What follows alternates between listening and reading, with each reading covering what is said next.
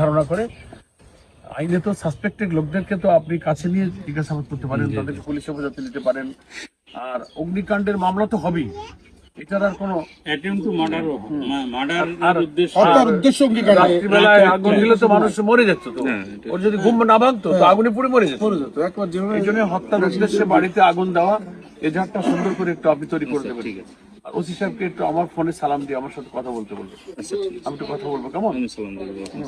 বলবেন যে স্যার আসছিলেন, মামলা নিতে হবে, আর ওর আব্বা আর ওরা ভাইদেরকে নিয়ে একটু স্পেশালি ওদের মনের কথা শুনবেন যে ওরা কাদেরকে ধারণা করে।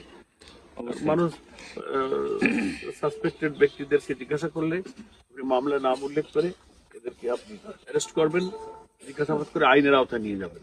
কারণ এটা যদি এখন না হয় আবার কিন্তু এখানে শুরু করে সাহস পাবে, বলবে যে ও তাহলে এখানে করেনি। আর আপনি তো জানেন শিবিরের বা জামাতের আমাদের নেতা কর্মীরা স্বভাবতই ন্যাচারালি হচ্ছে তারা ভদ্র। জিতছি এখানে আমরা 2000-3000 ভোটের ব্যবধানে এক একটা কেন্দ্রে আমরা ভোট পেয়েছি।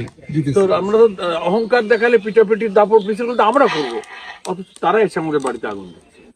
এই এলাকার কোনো কেন্দ্রে তারা যেতে নাই। এটা হচ্ছে হেরে যাওয়ার কাপুরুষতার একটা প্রতিহিংসা। তো যাদের মানুষের ভালোবাসা নেই, সমর্থন নেই, তারা এই চোরাপথ ধরে।